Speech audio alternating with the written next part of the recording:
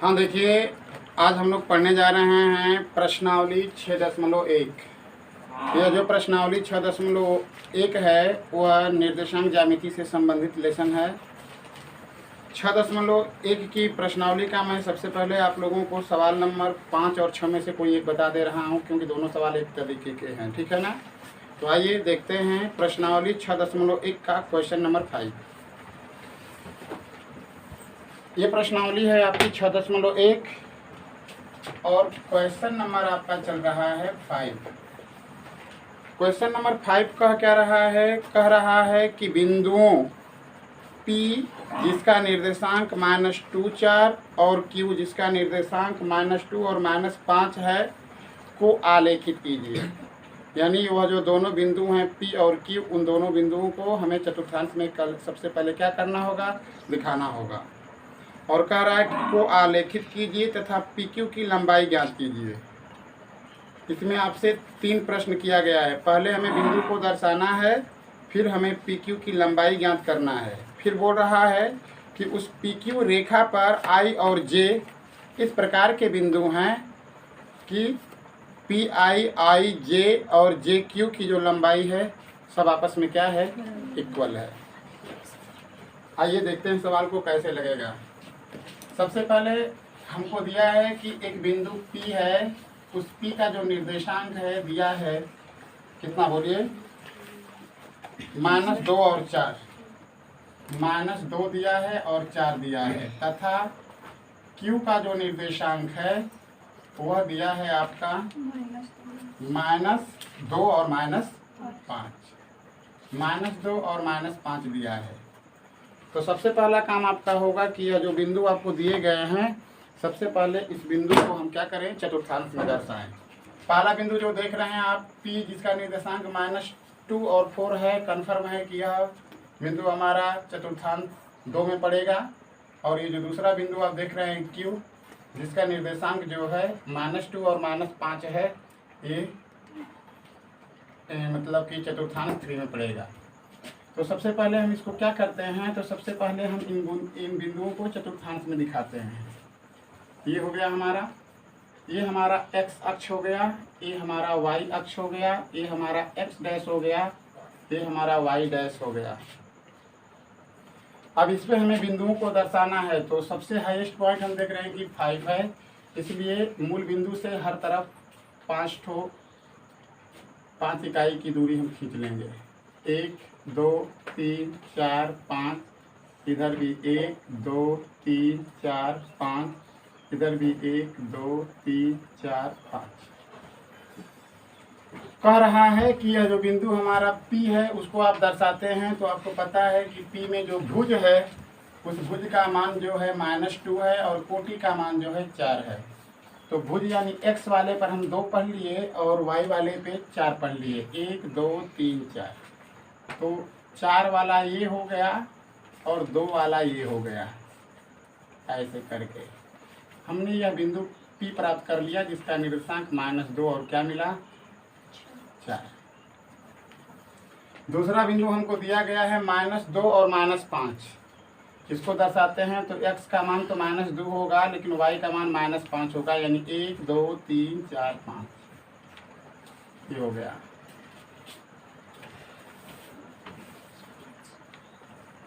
ये हो गया, ये बिंदु हमारा Q हो गया जिसका निर्देशांक -2 और -5 हो गया। कह रहा है कि सबसे पहले आपने उन बिंदुओं को दर्शाया, तो उन बिंदुओं को दर्शाने के बाद आप PQ की लंबाई को क्या करें, ज्ञात करें। तो सबसे पहला पॉइंट आप लिखेंगे, ये पहला पॉइंट हो गया कि हमने इन बिंदुओं को दर्शा दिया। दूसरा पॉइंट पे हमें ख्याल करना है कि इस PQ की लंबाई को ज्ञात कर लेना है। लिखेंगे कि PQ की लंबाई, PQ की लंबाई, इसका सूत्र आपको पता है, दो बिंदुओं के बीच का सूत्र कि x2 - x1 का वर्ग और प्लस y2 - y1 का वर्ग। अगर पहला बिंदु P को लेते हैं तो x1 और y1 है और x2 और y2 है।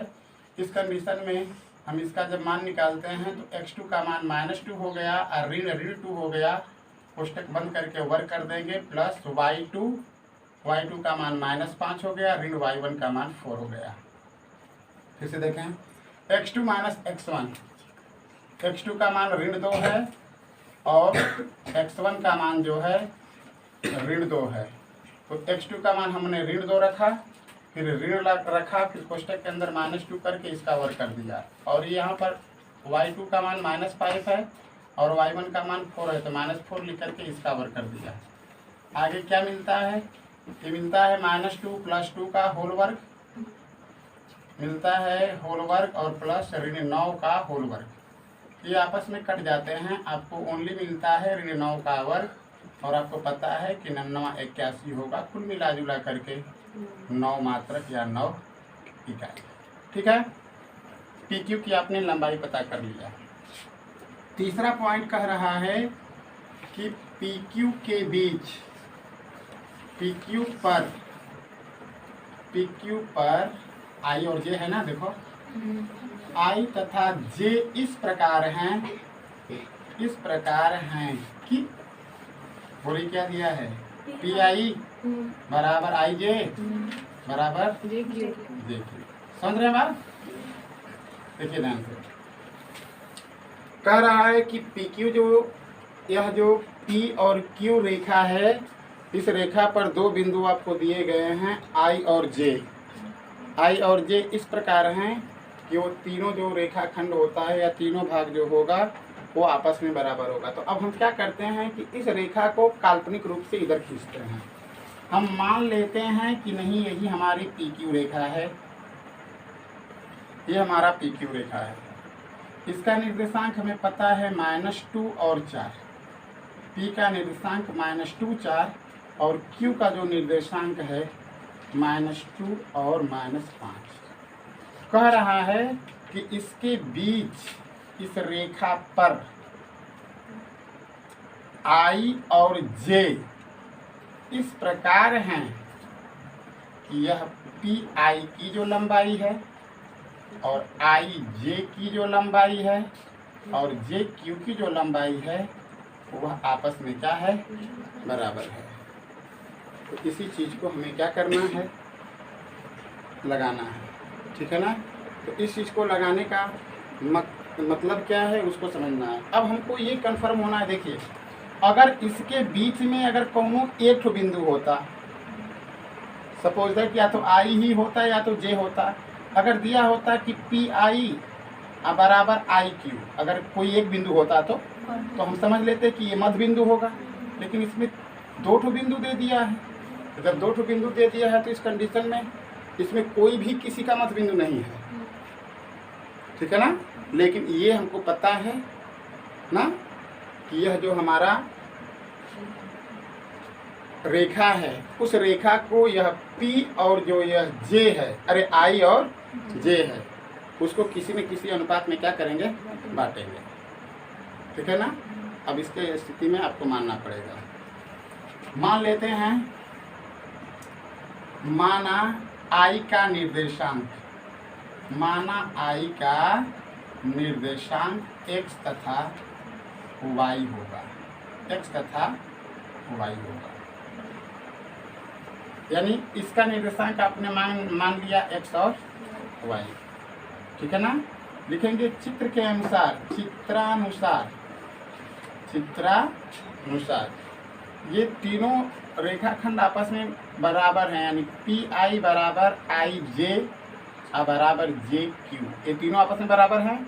तो कन्फर्म है कि यह जो PI है संबंधे I जो Q होगा वह एक संबंधे क्या होगा, 3।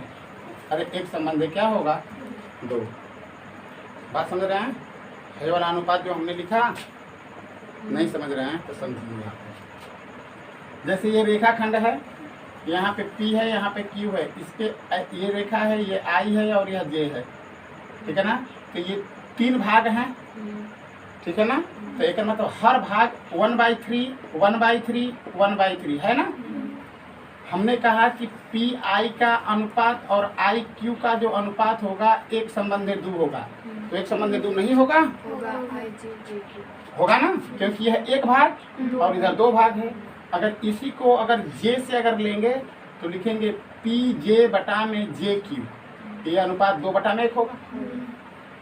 ठीक है ना? इस बात को समझना है आपको। एक संबंध है, क्या लिख दिया हमने? 2।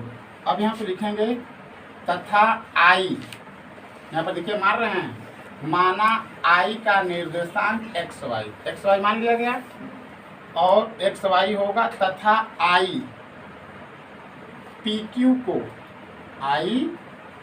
को एक संबंधी 2 के अनुपात में अंतः क्या करेगा? विभाजित करेगा, अंतः विभाजित करेगा। ठीक है, अंतः विभाजित करेगा। इसलिए m1 का मान 1, m2 का मान क्या है? 2 है। जो अनुपात आपको दिखता है ना है, इसमें पहले को हम m1 मानते हैं और दूसरे को हम क्या मानते हैं? इसलिए I के लिए भुज यानी x का मान इसका होता है m1 x2 plus m2 x1 बटा में m1 प्लस m2। ये फार्मूला है। इस बिंदु का अगर आपको भुज निकालना होगा ना तो इस फार्मूले का प्रयोग कर लेंगे। तो इस कंडीशन में आगे बढ़ते हैं तो m1 का मान 1 अगुणित x2 का मान -2 है ना, देख लेना ध्यान से। हाई x1 हाँ, x का मान ही हम निकाल रहे हैं। m1 का मान यहाँ पर 1 और m2 का मान आपको 2 दिखाई दिए हैं। तो ये हो जाएगा आपका m1 x2 plus m2 x1। ठीक है ना, तो ये हो जाएगा m1 का मान 1 गुणित x2 का मान ये वाला है -2, फिर क्या हो जाएगा प्लस m2 का मान 2 गुणित x1 का मान -2, x1 का मान -2 अब बटा में m1 प्लस m2 यानी 1 प्लस 2। आगे जब चलते हैं बेटा तो ये हो जाएगा आपका -2 -4 अब बटा में क्या हो जाएगा 3 यानी -6 बटा में 3 यानी -2 यानी x का वैल्यू क्या आ गया? -2 हो गया। यानी I का जो भुज होगा वह क्या होगा? -2 होगा। इसीलिए इसी प्रकार आगे चलेंगे। इसलिए I के लिए कोटि फिर वही सूत्र लगा लेंगे y बराबर m1 y2 plus m2 y1 बटा में m1 प्लस क्या हो जाएगा? m2 हो जाएगा। अब इसका मान निकाल लीजिएगा। y बराबर m1 का मान 1 गुणित y2 का मान -5 प्लस m2 का मान 2 गुणित y1 का मान 4 और बटा में हो जाएगा 1 धन 2। y बराबर -5 धन 8 -5 और धन 8 और बटा में क्या 3 y बराबर 3 बटा में 3 y इक्वल टू 1 हो गया। इसलिए I का निर्देशांक क्या होगा? x का मान -2 आया है तो इसका मतलब I का निर्देशांक जो होगा -2 और क्या होगा 1 होगा। ठीक है, इसी तरीके से आप क्या कर लीजिएगा? जे को ले लीजिएगा। ठीक है, सब कुछ वही है, केवल अनुपात बदल जाएगा क्योंकि पी जे और जे क्यू का रेशियो अब एक संबंध है 2 नहीं, 2 संबंध 1 होगा। तो खाली यहाँ पर बदल जाएगा, अब बाकी सूत्र सब यही रहेगा और उसके मार्फत अब क्या कर लेंगे? लगा लेंगे। देखो यहाँ तक दिख रहा है, इधर नहीं दिख रहा है तो अब वहाँ पर कैसे करेंगे? अब निकाल लीजिएगा, अगर कोई समस्या होगी तो पूछिएगा। ठीक है ना, मतलब सेम टू सेम इसी तरीके से आपको लगाना है। ठीक है, अब यहाँ पर निर्देश में बलूक आपको दे देते हैं। यहाँ पर लिखेंगे इसी प्रकार यह जो जे होगा, जे पी क्यू को 2 संबंधित 1 के अनुपात में क्या करेगा? विभाजित करेगा। अभी इस अनुपात को लेकर के निकल जाएगा ना जे का निर्देशांक। सूत्र सब एक ही है, खाली m1 के जगह पर अब 2 हो जाएगा और m2 के स्थान पे 1 निकल जाएगा। ठीक है।